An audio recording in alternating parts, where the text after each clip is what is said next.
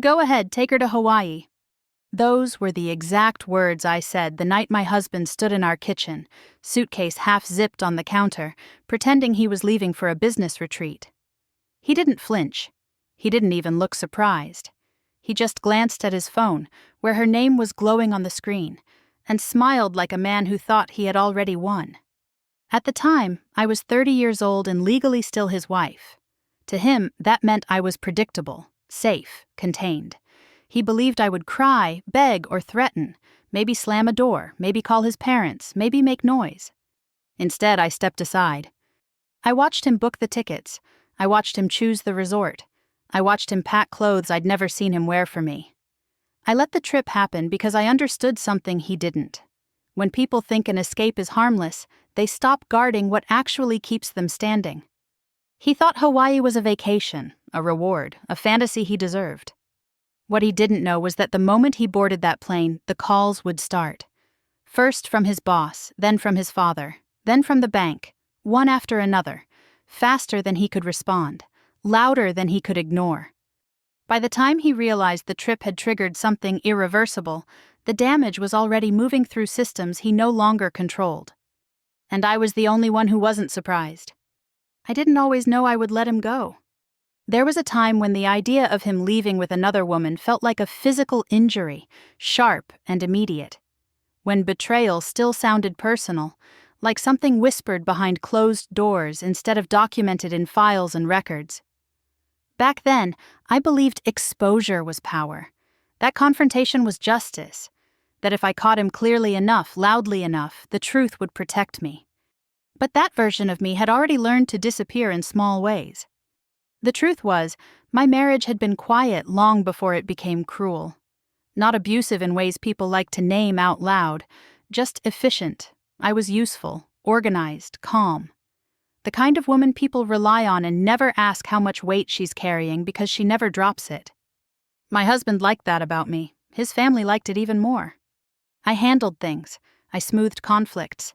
I signed where I was told to sign. I listened without interrupting. I stayed in my lane. And every time something felt off, every time I sensed pressure where there should have been trust, I was reminded how lucky I was to be included at all. So when the affair started, it didn't explode into my life. It slid in quietly like everything else. Late nights, changed passwords, sudden trips. The kind of lies that assume the listener isn't keeping track. And I was keeping track. Not of the woman, not of the messages, not of the lies he thought were clever. I was watching timing, absences, dependencies. The way certain things only worked when he was available, reachable, physically present. That's when I understood that stopping him would only protect him. If I confronted him, he would adjust. Delay the trip. Reschedule. Ask forgiveness he didn't mean. Fix just enough to keep the structure standing. He had done it before, in smaller ways, and everyone around him had helped him do it. Silence had never meant ignorance in that family. It meant cooperation. So I chose something else. I chose to let him be careless. The night before he left, his father called. Casual, too casual, asking about dates, locations, whether everything was handled. I answered politely. I said very little. Enough to sound normal, not enough to warn anyone. After we hung up, I stood alone in the kitchen and realized something important. They were all more comfortable with me absorbing risk than with him facing consequence. That was the moment I stopped protecting the system. When he kissed my cheek goodbye the next morning, he smelled like anticipation. He told me he'd be unreachable for a few days. I nodded. I wished him a safe flight. I meant it. Because I wasn't angry anymore. Anger demands reaction. What I felt was clarity. I knew the first call wouldn't come from him. It would come from somewhere official. Somewhere that didn't care about affairs or feelings or excuses. Somewhere that only cared about compliance, timing, and responsibility. And I knew when that call came, they wouldn't ask for him. They would ask for me. As his car disappeared down the driveway, I didn't feel abandoned. I felt released. For the first time since my marriage began, I wasn't bracing for impact. I was standing still while something unstable finally moved without my support. Hawaii wasn't the betrayal. It was the trigger. and I was done pretending I didn't know the difference. The first call came before noon the next day. I was standing at the sink rinsing a coffee mug I hadn't finished when my phone vibrated against the counter. Unknown number. I almost let it go to voicemail out of habit, but something in the timing made me pause. Not intuition. Pattern. I answered without greeting. There was a brief silence on the other end. Then a man cleared his throat and said my full name carefully, like he was confirming it against a file. He didn't ask if this was a good time. He didn't explain why he was calling. He spoke the way people do when they assume cooperation. I listened. He asked a question that didn't sound dangerous on its own. Something about availability, something about confirmation, something about whether my husband would be reachable later that afternoon. The phrasing was polite, but the structure of the question carried weight. It wasn't curiosity, it was a checkpoint. I told him my husband was traveling and might be difficult to reach. There was another pause, longer this time. He thanked me and said someone would be in touch. Then the line went dead. I stood there for a moment, my hand still wrapped around the phone, and felt a strange sense of alignment settle in my chest. Not relief, not fear, recognition. This was the beginning, exactly where I had expected it to start. The second call came from his father. That one I recognized immediately. He never called without a reason, and he never spoke without intent. His voice was warm, almost cheerful, the way it always was when something mattered more than he wanted to admit. He asked how I was, asked how work was going, asked whether my husband had arrived safely. He didn't mention Hawaii. He didn't mention the woman. He talked around everything like we were sharing a harmless update. Then he asked a question he thought sounded casual. "Did he tell you he might be unreachable today?" I answered honestly. I said yes. His tone shifted just enough for me to notice. Not panic, not yet, just recalibration. He asked a few more questions, each one carefully layered to sound like concern. Travel delays, time zones, whether I'd heard from him since the flight landed. I kept my answers short, accurate, non-committal. When we hung up, I realized he hadn't once asked how I felt about the trip. Not because he didn't care, but because it wasn't relevant. My feelings had never been part of the equation. My function had. The third call didn't come until late afternoon. This one was unmistakable. The bank didn't introduce itself the way people do in commercials. There was no reassurance, no friendly language, no attempt to sound approachable. The woman on the line spoke slowly and precisely, as if every word had already been approved. She asked me to confirm my identity. She referenced an account I hadn't touched in months. She mentioned a review process, triggered automatically, and used a word that made my stomach tighten even though I'd been waiting for it. Exposure. She didn't explain what that meant. She didn't need to. Exposure is the kind of word institutions use when they are no longer protecting anyone. It means vulnerability measured in numbers, not feelings. She asked whether my husband would be available to provide clarification within a specific time frame. I told her he was out of the country. This time there was no pause. She thanked me and said she would note it in the record. After we ended the call, I sat down at the dining table and folded my hands in front of me, the way I used to during meetings where I wasn't expected to speak. The difference now was that no one else was in the room, and I wasn't waiting for permission. By evening, my phone was quiet again. Too quiet. The kind of quiet that doesn't mean resolution, only redirection. I thought about calling my husband, about warning him, about explaining in simple terms that something had shifted and he needed to come back immediately. The idea crossed my mind like a formality, something to acknowledge before discarding. Stopping him now would change nothing. Whatever had been triggered wasn't emotional. It didn't care about apologies or urgency or promises. Systems don't respond to regret.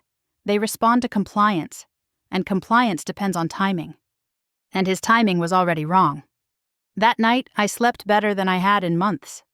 Not deeply, not peacefully, but without the familiar tension in my shoulders, without the sense that I was responsible for maintaining something fragile and unsustainable.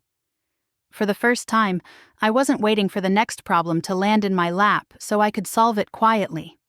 The next morning, the calls resumed. This time they overlapped. A message from his assistant asking if I'd heard from him. A voicemail from a number I didn't recognize, referencing documents and deadlines. An email flagged urgent, written in language that sounded calm, but wasn't. Still, none of them called him. They called me. That was when I understood something important. I had never been invisible. I had been strategically overlooked, included just enough to carry weight, excluded just enough to avoid authority. Now that the structure was under stress, that balance no longer held. People seek the person who can stabilize things, and suddenly they weren't looking at him. I didn't celebrate that realization, I observed it. As the day wore on, the tone of the messages shifted. Less assumption, more caution. Questions became narrower, requests more formal. The kind of change that happens when people realize they might be speaking to the wrong person with the wrong expectations. Late that afternoon, my phone buzzed again. This time it was my husband. I watched the screen light up, his name flashing insistently, and felt nothing rise in me. No anger, no satisfaction, just distance. I didn't answer. Not because I wanted to punish him. Because the moment he stepped onto that plane, the story stopped being about what he wanted. And I wasn't done listening yet. By the third day, it was clear the calls weren't mistakes. They weren't checking in. They were checking alignment. I woke up to an email marked time sensitive, sent just after sunrise. It didn't mention my husband by name. It referenced a process, a review, and an expectation that certain confirmations would be provided within a narrow window. The language was careful, deliberately neutral, but I could read between the lines. Something that had always been assumed was now being questioned.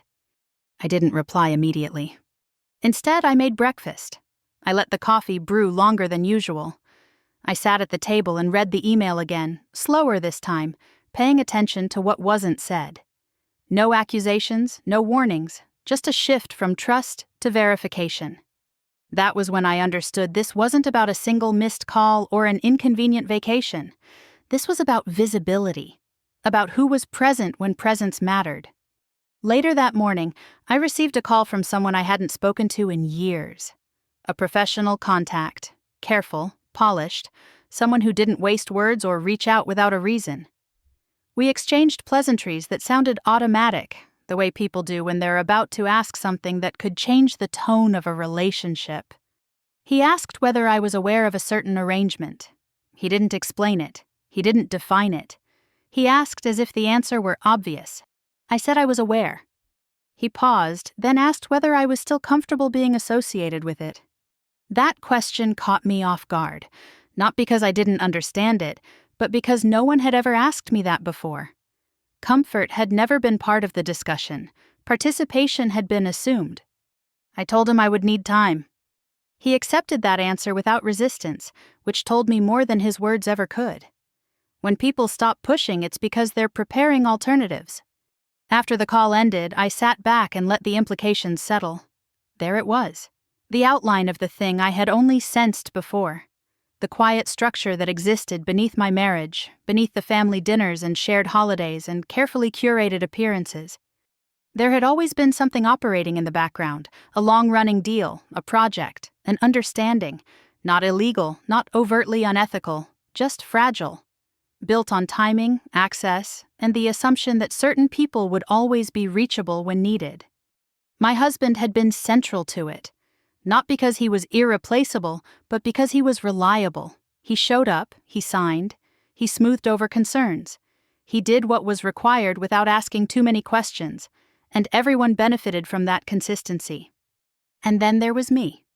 Officially, I had nothing to do with it. No title, no authority, just a name that appeared where it needed to, like a formality, a safeguard, a quiet assurance that things were covered even if no one could quite explain why. I had noticed it years ago, the first time I was asked to sign something without context.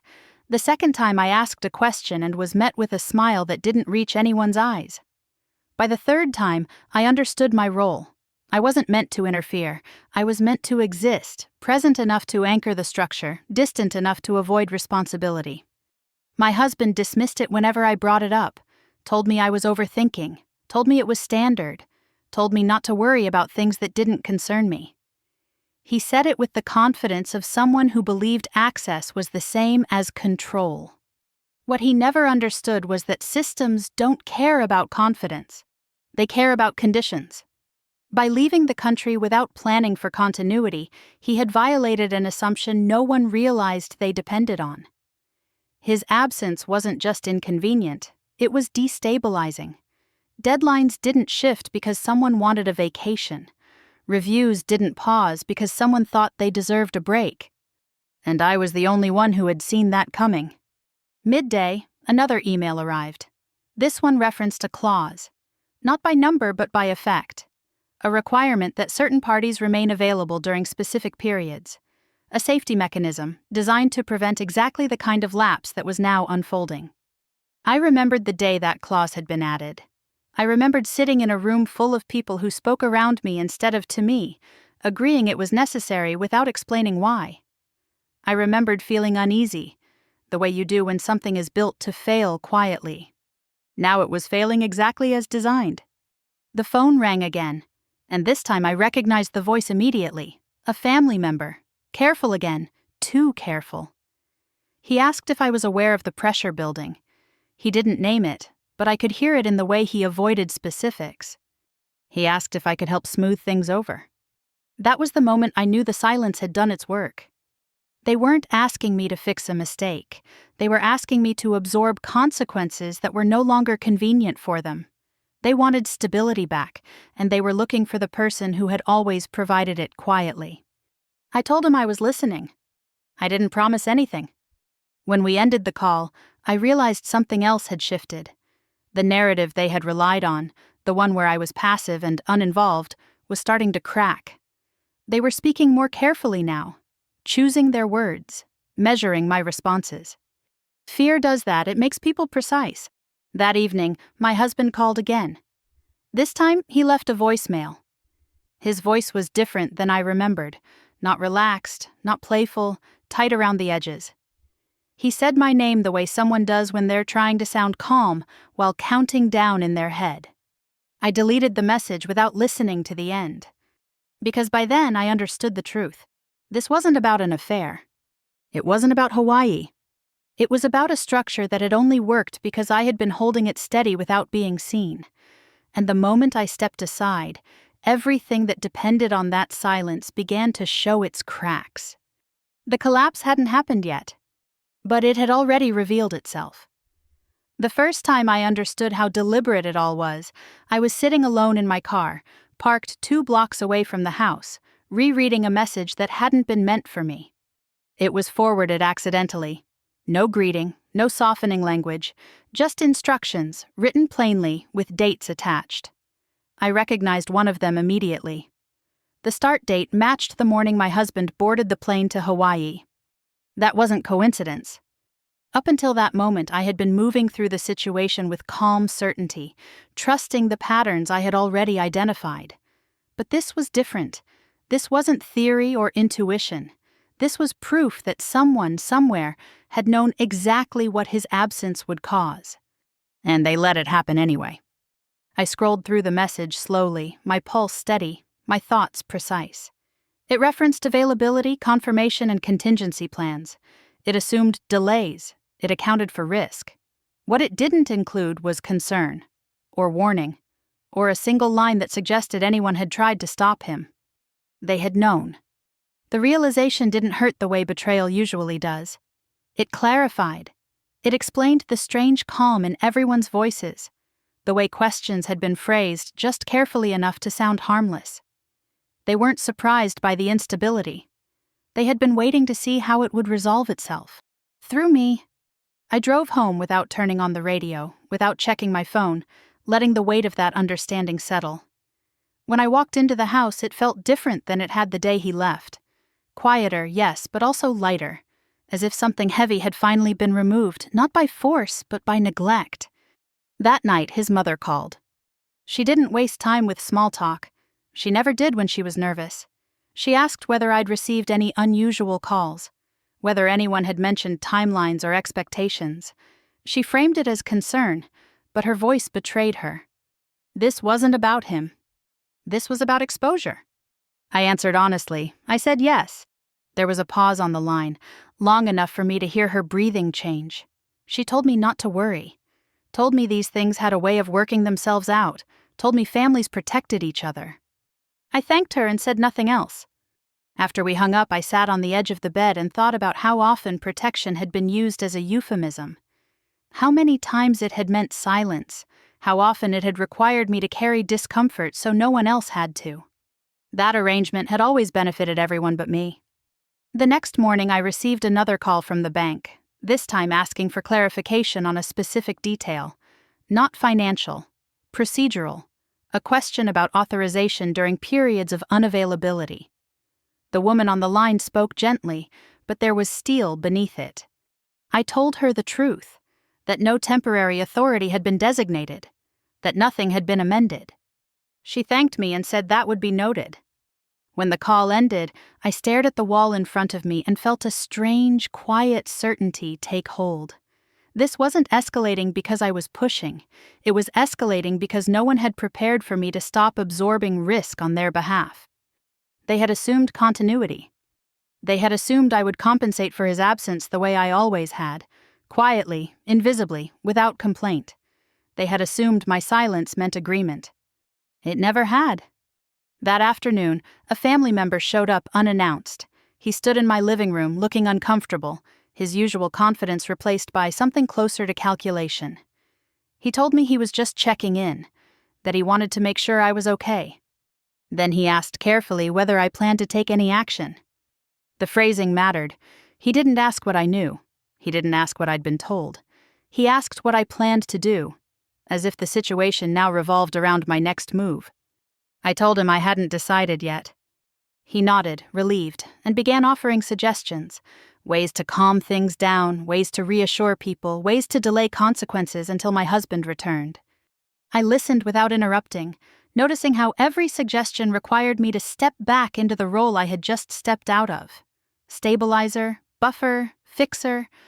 When he finished, I thanked him for his concern and said I would think about it. After he left, I locked the door and leaned against it, not because I felt weak, but because I felt resolved. There was a clarity in that moment that hadn't existed before. A line had been crossed, not by my husband alone, but by everyone who had counted on me to clean up after him. They had all known the risk. They had all chosen convenience. That evening, I finally listened to my husband's voicemail. His voice was tight, carefully controlled. He said things were getting complicated, that people were overreacting, that he needed me to reassure someone. He told me not to worry, told me he had everything under control. I deleted the message before it ended. Because control isn't something you announce when you still have it. Control is something you lose quietly, when the person holding everything together stops compensating for your absence.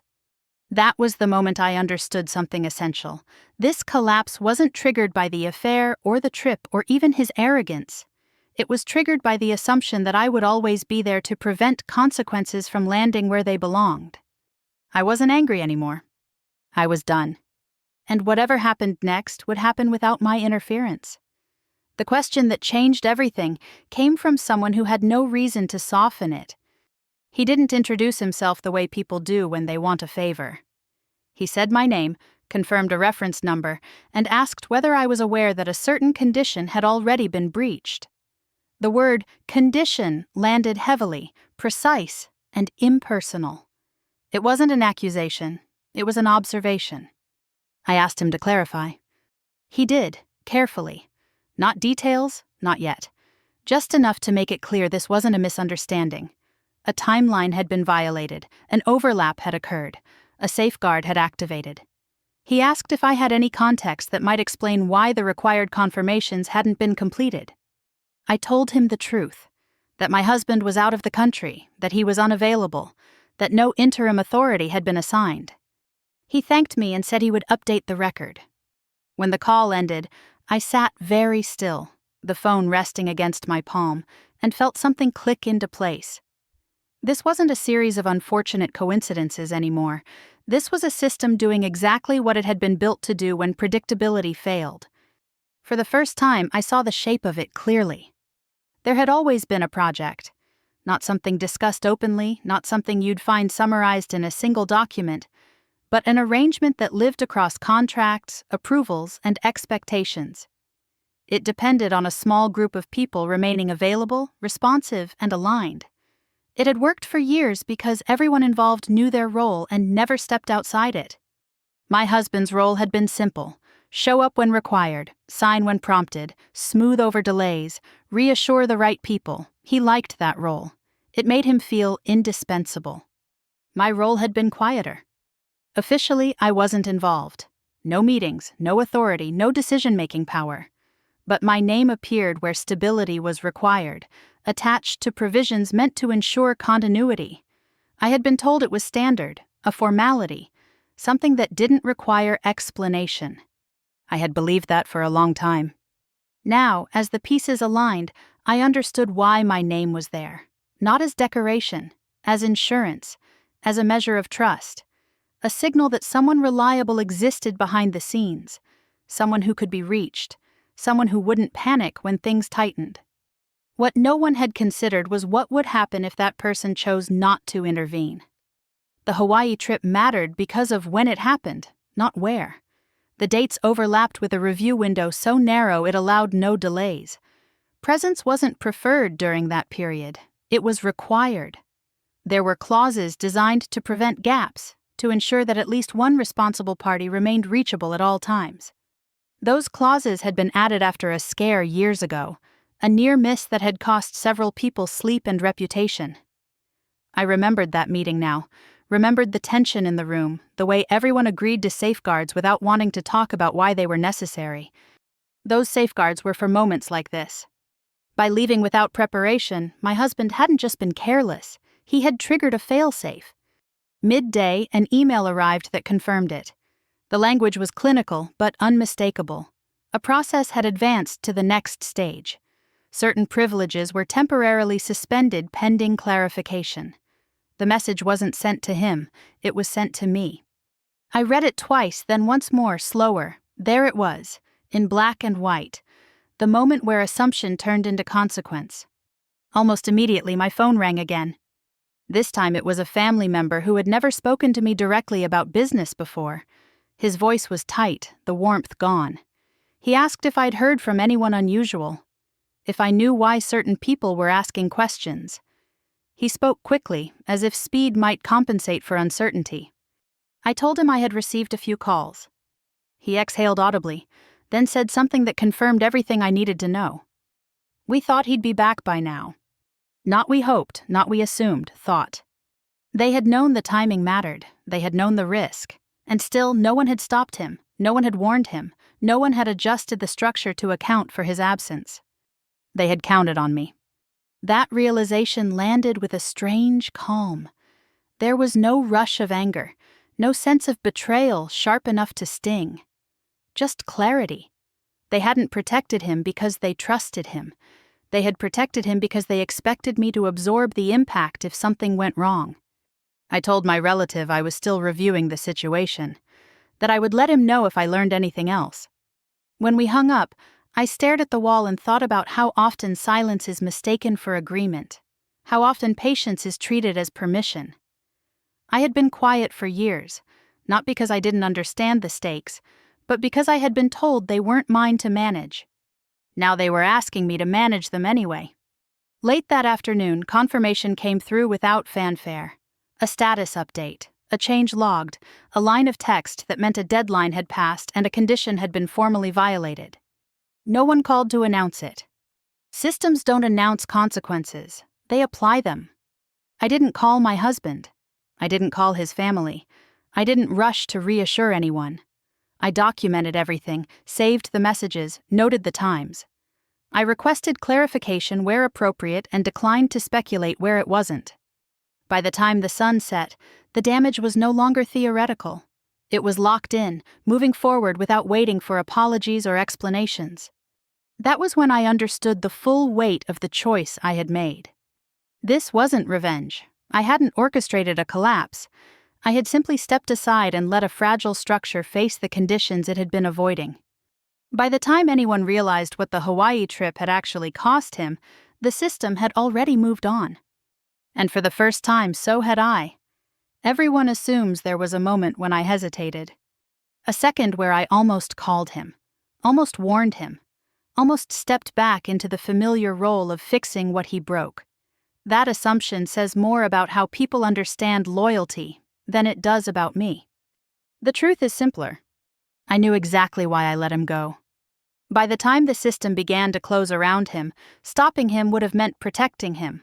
It would have meant erasing evidence, interrupting processes, and absorbing consequences that were never meant to be mine. Intervention wouldn't have saved our marriage. It would have preserved a structure that only worked because I kept carrying what others dropped. I had done that long enough. There was a belief everyone shared, though no one ever said it aloud, that confrontation was strength, that speaking up proved integrity, that silence meant fear. I used to believe that too, back when I still thought truth alone could correct imbalance. But I had learned something different. Stopping him would have reset the clock. It would have given him time to recalibrate, to smooth things over, to convince the right people that nothing was wrong. He was good at that. He'd been trained for it. He knew exactly which apologies to offer and which assurances to make. If I warned him, the system would survive, and I would remain invisible inside it. There was one moment, months earlier, when I tried to intervene the way people expect women to. Quietly, reasonably. I asked him about a timeline that didn't make sense, about a responsibility he was treating casually. I didn't accuse, I didn't threaten, I just asked a question. He smiled at me, the way you smile at someone who doesn't understand the game. He told me I worried too much, told me things were handled, told me I didn't need to carry concerns that weren't mine. He reframed my caution as insecurity and my awareness as overthinking. That was the day I learned warnings don't change people who benefit from blindness. After that, I stopped trying to correct him. Not because I gave up, but because I started paying attention. I noticed how often his confidence depended on my silence, how frequently my presence smoothed over his absence, how many systems relied on the assumption that I would step in if something went wrong. That assumption was the real leverage. When he planned the Hawaii trip, he didn't hide it well. He didn't need to. He believed his freedom was earned, that his risks were calculated, that nothing important depended on his constant presence. He saw the trip as indulgence, not disruption. What he didn't see was the liability. Letting him go wasn't cruelty. It was clarity. I wasn't choosing punishment. I was choosing not to interfere with consequences that were already aligned. The difference mattered. Silence is often mistaken for weakness, but silence can also be precision. It creates space. It removes interference. It allows patterns to complete themselves. My silence made him careless. Without resistance, he accelerated. He packed quickly. He didn't delegate properly. He didn't prepare contingencies. He didn't question why no one stopped him, because he was used to being enabled. People reveal the truth fastest when they think they've already won. The calls that came while he was away confirmed what I already knew. Every conversation circled the same concern: availability, presence, continuity. No one asked whether he should have gone. They asked how long he would be unreachable, as if time alone were the problem. It wasn't. The problem was that his absence had exposed how much of the structure depended on assumptions instead of safeguards, assumptions like mine. There was a moment, late one afternoon, when I could have intervened, a window small enough to matter. A message arrived asking whether an interim measure could be put in place, whether a temporary authorization might be acceptable to bridge the gap. I read it carefully, twice. Then I did nothing. Because that request wasn't about necessity, it was about convenience. They wanted me to patch the breach quietly so no one else would have to adjust. They wanted stability without accountability. I declined to provide it. That was the moment I stopped being his wife in any functional sense. Not because I withdrew love or loyalty, but because I stepped out of the role I had been assigned without consent. From that point on, I wasn't responsible for maintaining anything. I was a witness. Witnesses don't interfere. They observe, they document, they let events proceed so the record remains intact. I didn't feel righteous about it. I didn't feel vindictive. I felt resolved. There's a difference between wanting someone to suffer and refusing to suffer in their place. The night he finally reached me, his voice carried urgency he couldn't mask. He asked questions that sounded like requests but weren't. He hinted at pressure, at expectations, at things that needed to be fixed quickly. I listened. And in that silence between his words, I recognized the exact moment it was too late to intervene. A decision had already been finalized. A process had already advanced. Something irreversible had been set in motion without my involvement. I didn't tell him that. I didn't need to.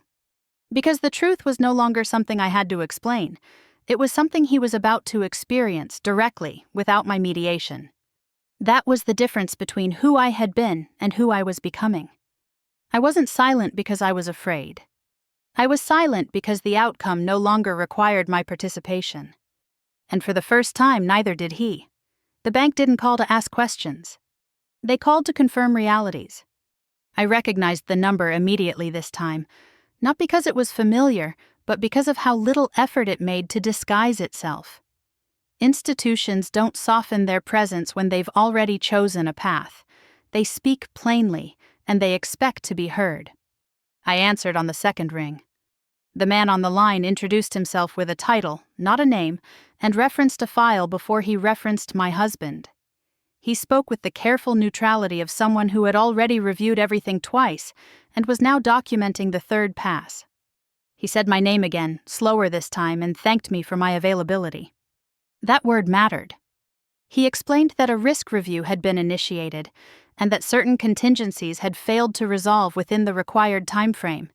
He didn't say breach, he didn't say violation, he said exposure, and then he said immediate action would follow. I asked what kind of action. He said they were reaching out to all relevant parties. I didn't correct him when he included me in that category. There was a pause. Then he explained why they had contacted me first. My name appeared in specific records as a secondary point of confirmation. Not as a decision maker, but as a stabilizing reference. Someone they could speak to without delay. For years I had been included just enough to absorb pressure without being granted authority. Now that dynamic had reversed. I listened as he outlined the next steps, careful not to interrupt. Reviews, temporary suspensions, requests for clarification that would require prompt response. He spoke as if this were routine, and in his world it was. Systems don't personalize collapse, they process it. He asked whether my husband would be reachable within the next several hours. I told him the truth, that my husband was in Hawaii, that he had limited availability, that I could not guarantee immediate response. There was no surprise in his voice. He said they would proceed accordingly. After we ended the call, I sat at the edge of the couch and let the quiet settle around me. This wasn't the first official call, but it was the first one that carried finality. The tone had shifted from inquiry to execution. A few minutes later, my phone buzzed again. This time it wasn't the bank. It was my husband's assistant, her message brief and uncharacteristically direct. She asked if I had heard from him. She said things were moving quickly and that people were asking questions she didn't know how to answer. I didn't respond. Instead, I opened my email and reviewed the messages that had come in over the past 2 days. I noticed how the language had changed. Early emails had assumed cooperation, the newer ones assumed documentation. Requests had become records, conversations had become entries. That's how you know a system has shifted phases. By mid-afternoon, the bank called again. This time they referenced signatures, confirmations that had not been completed. They asked whether any interim authority had been designated to act in my husband's absence. I told them no. They thanked me and said they would proceed with safeguards in place. Safeguards is a polite word for limits. As the day unfolded, I began to understand something else. This wasn't just about money, it was about confidence, about trust that had been extended based on patterns that no longer held. When those patterns broke, the response wasn't emotional, it was procedural. Calls slowed, but their impact deepened. Fewer people reached out, but the ones who did spoke with precision. No one tried to reassure me anymore. They were adjusting. Late in the afternoon, my husband finally managed to get through. I watched his name appear on the screen and felt a strange detachment. The call no longer carried urgency for me. It carried information. I let it ring. When I answered, his voice was tight, careful, stripped of its usual ease. He asked if everything was okay. He said he was getting conflicting messages. He said the bank was being unreasonable. He asked if I had spoken to anyone. I told him yes. That single word changed the tone of the call. He asked what they wanted. He asked what I had said. He asked whether this was something I could handle. I didn't answer immediately. I let the silence stretch just long enough for him to hear it. Then I told him the truth, in the simplest terms possible, that the bank had initiated a review, that timelines had been missed, that his absence had complicated things. He exhaled sharply and said he would fix it, that he would call the right people, that he would smooth things over. I didn't stop him, because smoothing things over only works when the system still believes in you. Before he could say more, I told him I had another call coming in. It wasn't true, but I ended the conversation anyway. Moments later, my phone rang again. A different number, connected but not from the bank. Someone adjacent, someone who had never contacted me directly before. I answered this one with purpose. He spoke carefully, choosing each word as if it might be recorded. He asked whether I intended to remain involved as things progressed, whether I would be willing to provide continuity. I told him I was evaluating my position. That was enough. When the call ended, I realized the balance had fully shifted. They weren't asking me to help my husband anymore. They were asking how much I intended to protect him. And I hadn't agreed to that. By the time my husband realized the bank had spoken to me before him, the structure he relied on had already adjusted. Control doesn't disappear all at once. It leaves quietly, one call at a time, until the person who thought they held it realizes no one is waiting for their permission anymore. And I was already standing on the other side of that realization. The family reached out the moment the pressure became impossible to ignore. It wasn't a call at first. It was a carefully worded message, sent early in the morning, framed as concern. They asked how I was holding up. They asked whether I'd heard anything unusual. They didn't mention the bank, or the review, or Hawaii. Silence has its own vocabulary, and I understood exactly what they were avoiding. I replied politely and said very little.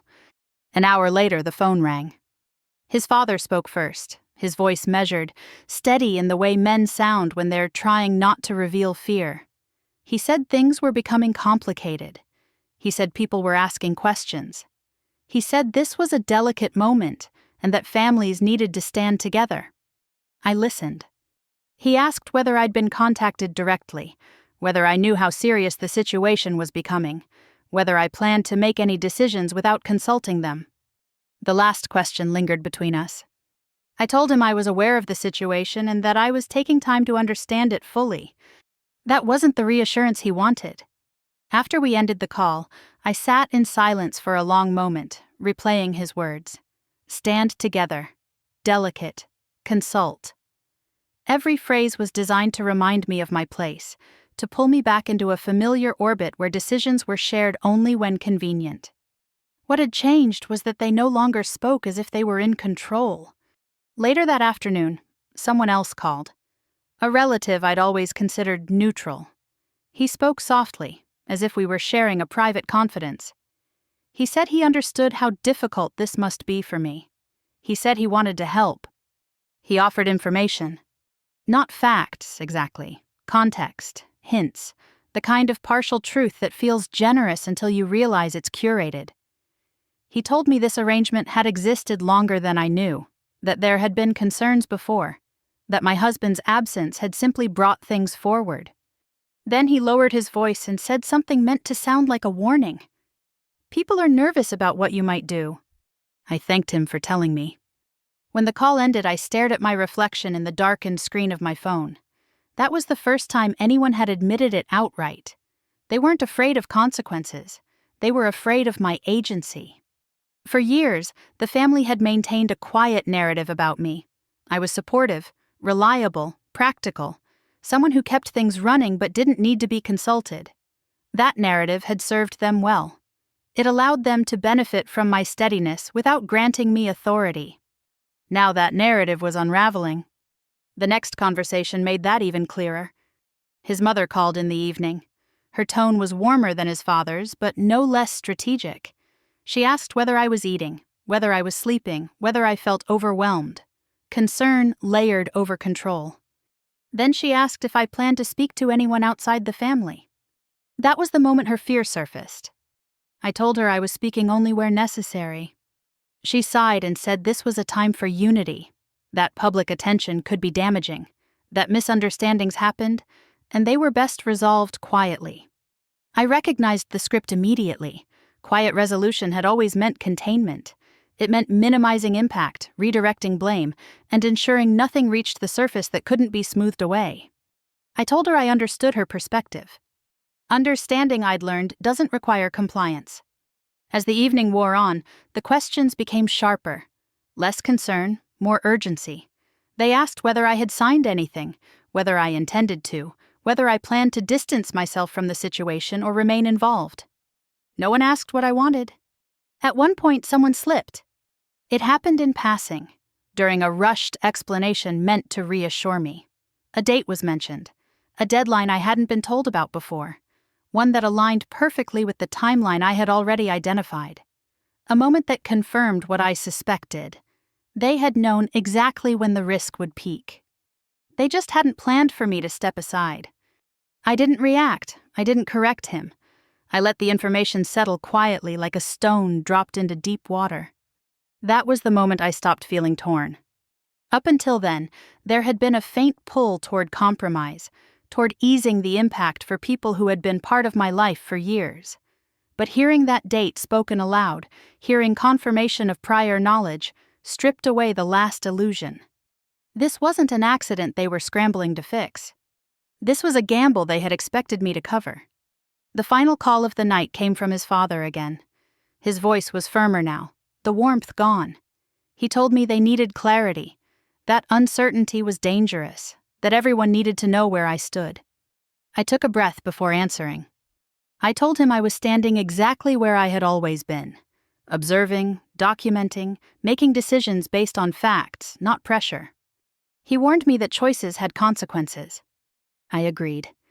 When the call ended, I felt a strange sense of relief. The fear I had heard all day was no longer abstract. It was focused, directed, unmistakable.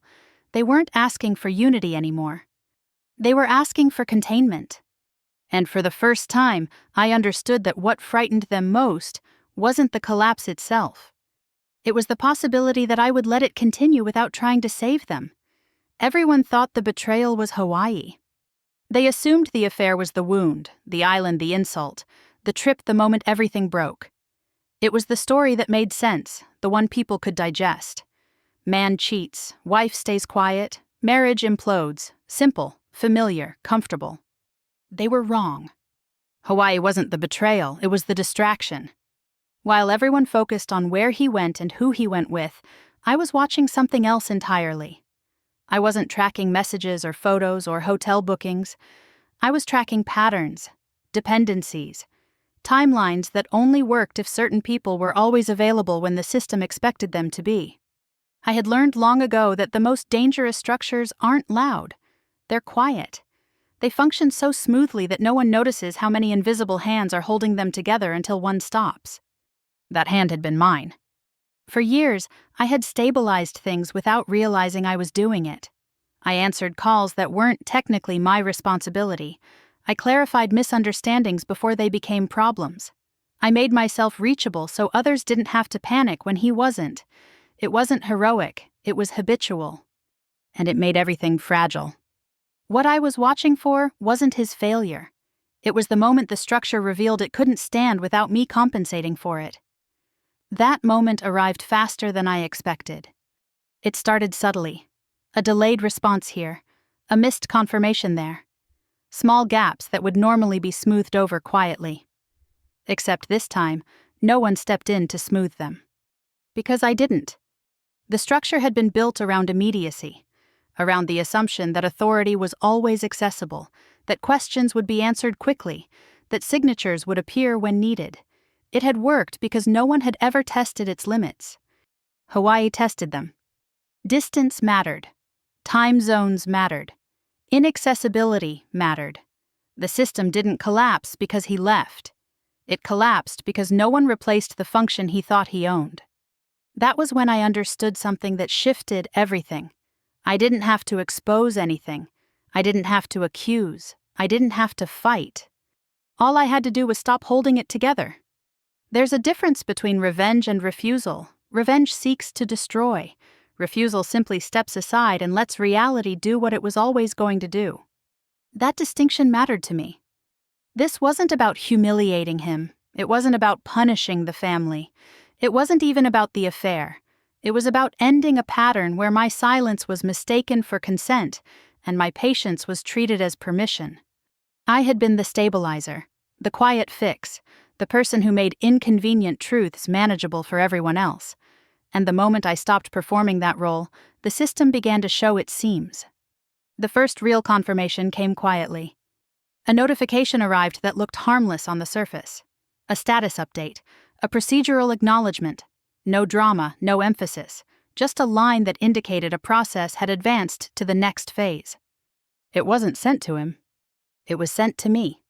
I read it once, then again, and felt no rush of triumph. Just certainty. The kind that settles in when you realize something has already been decided without your interference.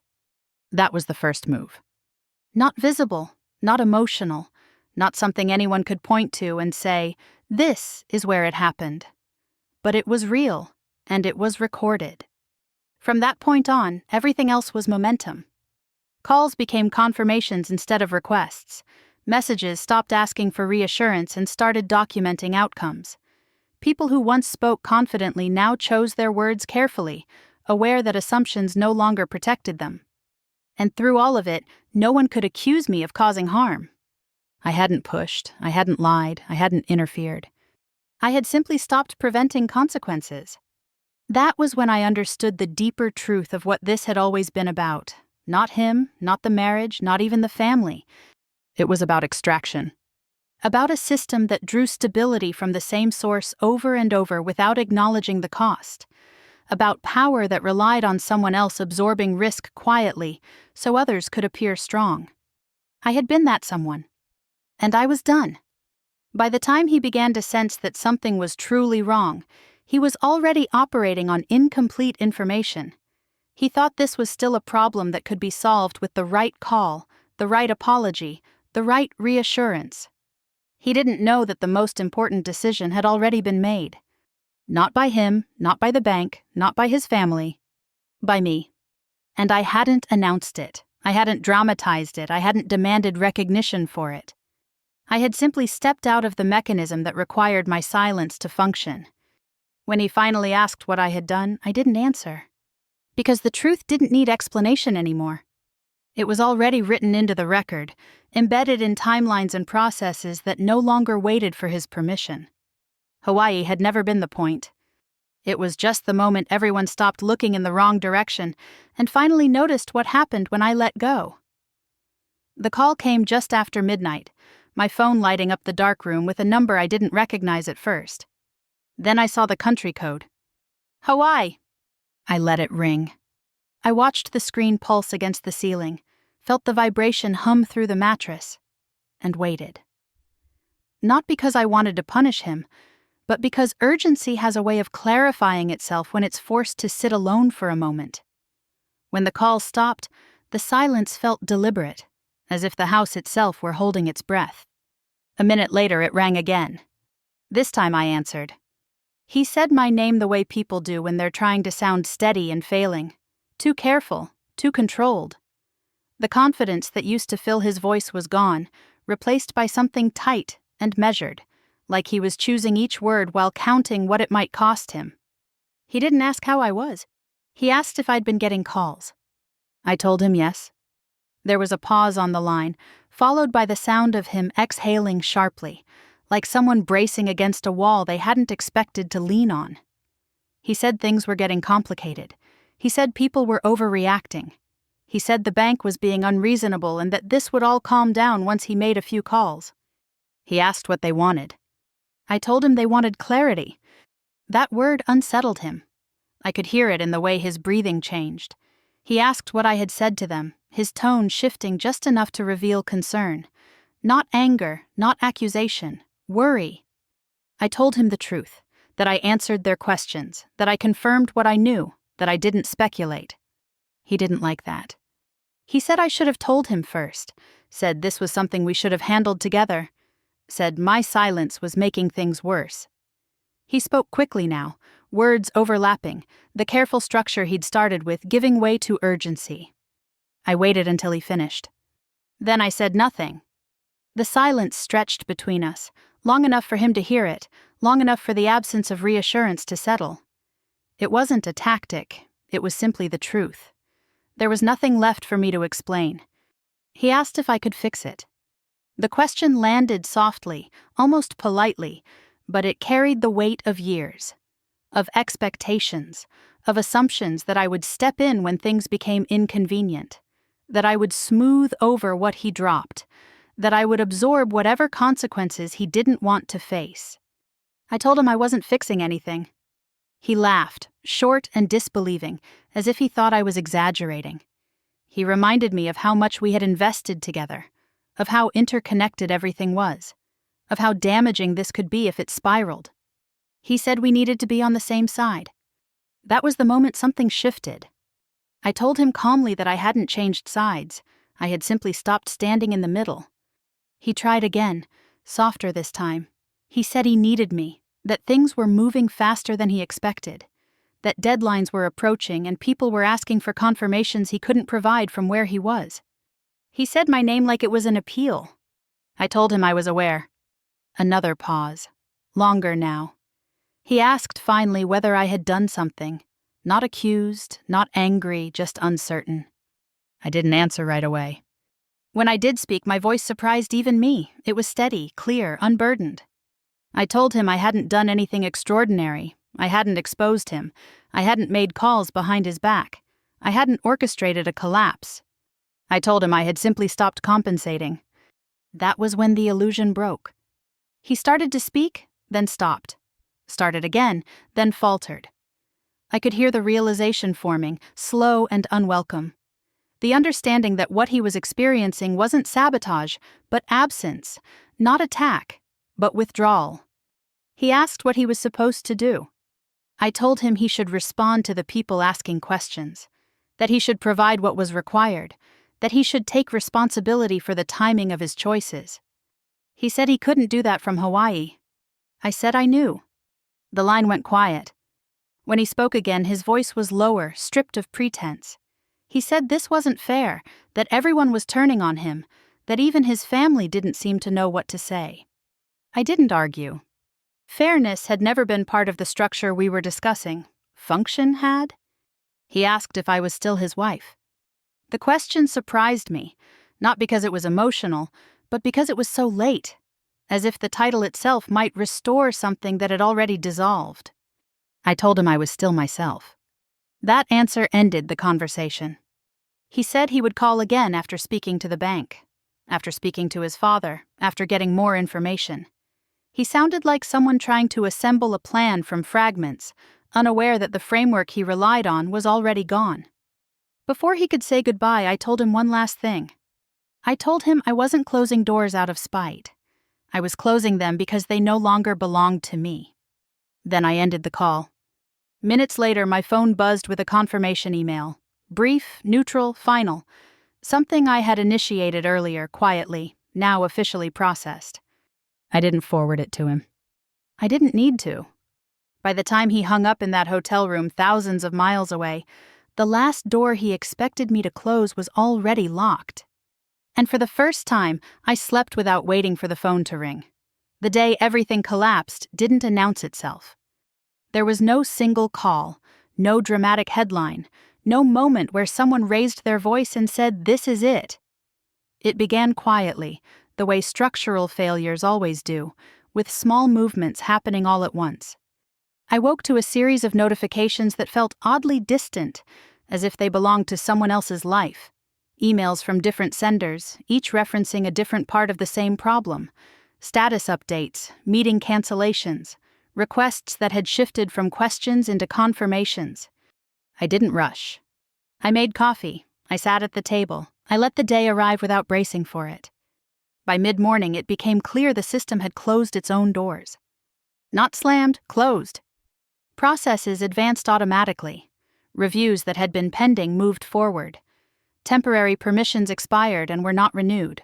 Safeguards that had once existed as contingencies became boundaries. No one called to explain. No one asked how I felt about it. They didn't need to. Systems don't seek revenge, they enforce structure.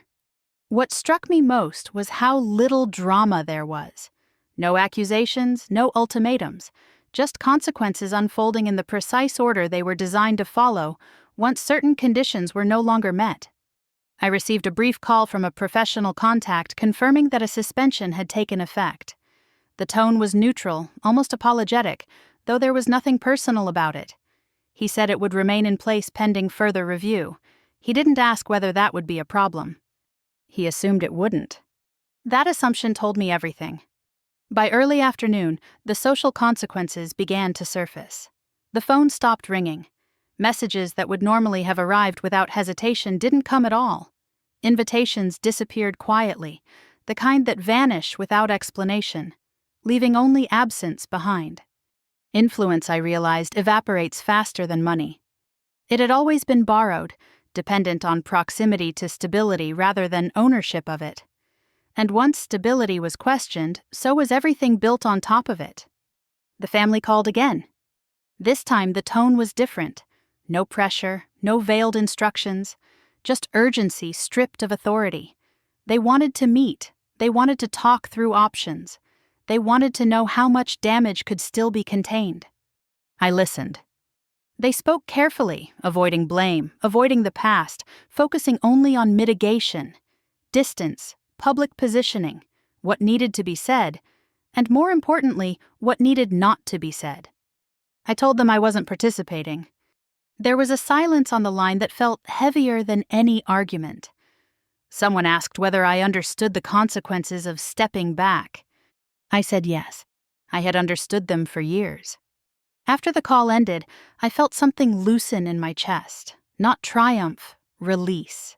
The strange relief that comes when you are finally removed from a story that was never meant to carry you so long. Later that day, documents arrived. Not dramatic ones, not emotional ones. Clean, final. Transfers completed, authority reassigned. My name removed from places it had never belonged and affirmed where it did. I signed what was mine to sign. Nothing more. When I finished, I sat back and noticed how quiet the house had become. Not empty, settled. The kind of quiet that comes after noise has exhausted itself. That was when he learned. Not from me. From the system. I knew because my phone lit up with his name, again and again, each attempt more urgent than the last. I didn't answer. There was nothing left to discuss. The information he needed was no longer something I could provide. It had been delivered directly. When he finally left a message, his voice was flat, stripped of anger and persuasion. He said he hadn't realized how serious it was. He said he didn't think it would move this fast. He said Hawaii wasn't supposed to cost him everything. I listened once. Then I deleted it. Because by then, the cost was no longer negotiable. As evening settled in, I took a walk through the neighborhood, noticing things I hadn't paid attention to in years. The way the light softened at the edges of houses. The quiet rhythm of ordinary life continuing uninterrupted. Collapse, I realized, is rarely loud for the people who survive it. It's loud for the ones inside it. When I returned home, there were no new messages waiting, no follow-up calls, no requests for intervention. The system had moved on, and so had everyone attached to it. For the first time, I wasn't being asked to explain, to soften, to fix. I was simply no longer required. That night, as I turned off the lights and prepared for sleep, I understood something I hadn't allowed myself to see before. The collapse hadn't destroyed my life. It had clarified it. It had removed me from a structure that only functioned because I kept sacrificing myself to maintain it. By the time he fully understood what Hawaii had cost him, there was nothing left to negotiate. No leverage, no access, no role for me to play. And for the first time since my marriage began, I wasn't part of the aftermath. I was already beyond it. The silence that followed surprised me more than the collapse itself. Not the absence of calls or messages, but the quality of the quiet. It wasn't tense, it wasn't empty. It felt settled, like a room after furniture has been removed and the air finally circulates the way it's supposed to. For the first time in years, no one needed anything from me. I woke up without urgency pressing against my chest. No problem to solve, no narrative to manage, no consequences waiting for me to absorb them quietly so someone else could remain comfortable. The world hadn't ended. It had simply rearranged itself without asking me to hold it together. I expected to feel something sharper. Satisfaction, maybe, or grief, or even guilt. That's what people assume comes after revenge, after justice, after the final turn of the tables. But what I felt was relief. Not relief that he had fallen, but relief that I no longer had to stand underneath him, bracing for impact. Relief that the weight I'd been carrying had finally been set down, not by force, but by choice. I didn't feel joy at his loss, and I didn't feel responsible for it either. That distinction mattered to me. There's a difference between taking something from someone and taking yourself back. I hadn't claimed his power, his reputation, or his place. I had reclaimed my own voice, my own time, my own boundaries. Everything else had followed naturally. In the days that followed, I noticed how my body responded to the absence of pressure. My shoulders relaxed without conscious effort. My thoughts slowed. Decisions felt cleaner, unburdened by the need to anticipate someone else's reaction. Even my breathing felt different, deeper, like I'd been holding it for years without realizing it. People talk about rebuilding after betrayal, but I didn't rebuild anything we had shared. I built something new, something quieter, more intentional. A life that didn't require me to be on call for systems that didn't respect my presence until it was gone. I stopped explaining myself. I stopped defending choices that were no longer up for negotiation. What surprised me most was how little explanation the world demanded once I stopped offering it. No one challenged my absence. No one questioned my withdrawal. The structures that had relied on me adjusted quickly, finding other ways to function now that I was no longer silently compensating for their flaws. That taught me something I wish I'd learned sooner. You are not indispensable because of how much you endure. You become indispensable when others believe you will never leave. And the moment you do, the illusion breaks. I thought about the years I had mistaken patience for loyalty, silence for strength, about how often I had stayed quiet to keep peace that only benefited everyone else. I used to believe walking away was weakness, that it meant failure or defeat. Now I understand it differently. Walking away is sometimes the most precise act of self-respect there is. I didn't walk away in anger. I didn't burn bridges or announce my departure. I simply stopped standing where I was never meant to remain indefinitely. That was enough. Life didn't become perfect. It became honest. I learned what it felt like to make choices without calculating their impact on someone else's image or stability. I learned how to sit with uncertainty without rushing to resolve it for others. I learned that safety isn't comfort, it's clarity. And clarity changes everything. If you're listening to this and recognizing pieces of yourself in my story, I want you to know something important. Silence isn't always surrender. Sometimes it's strategy. Sometimes it's the space you create so truth can move without interference. Have you ever been the one holding everything together while no one noticed the cost? Have you ever chosen to step back instead of fighting and watched the truth surface on its own? If you have, I'd love to hear your story. Share it in the comments. These quiet victories matter more than we're taught to believe. And if stories like this resonate with you, stories about dignity, boundaries, and the kind of justice that doesn't need shouting, stay with me. Subscribe, and be part of this space where we talk about what happens when people stop carrying what was never theirs to begin with. Some truths don't need to be loud to be powerful. Sometimes they just need to be shared. This story is fictionalized for dramatic effect.